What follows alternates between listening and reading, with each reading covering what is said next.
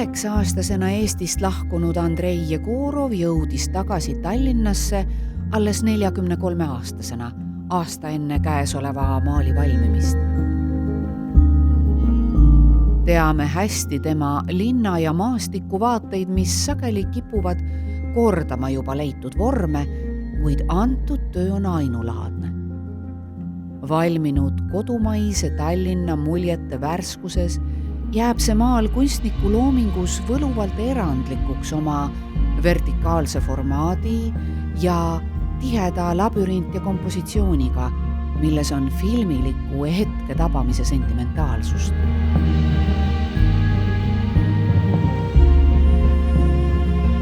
Maal on Jegorovile ebareeglipäraselt jutustav, lubades huvitavaid süžeetõlgendusi ja oletusi, lisades tema seniteade loomingule omal moel uue tahu.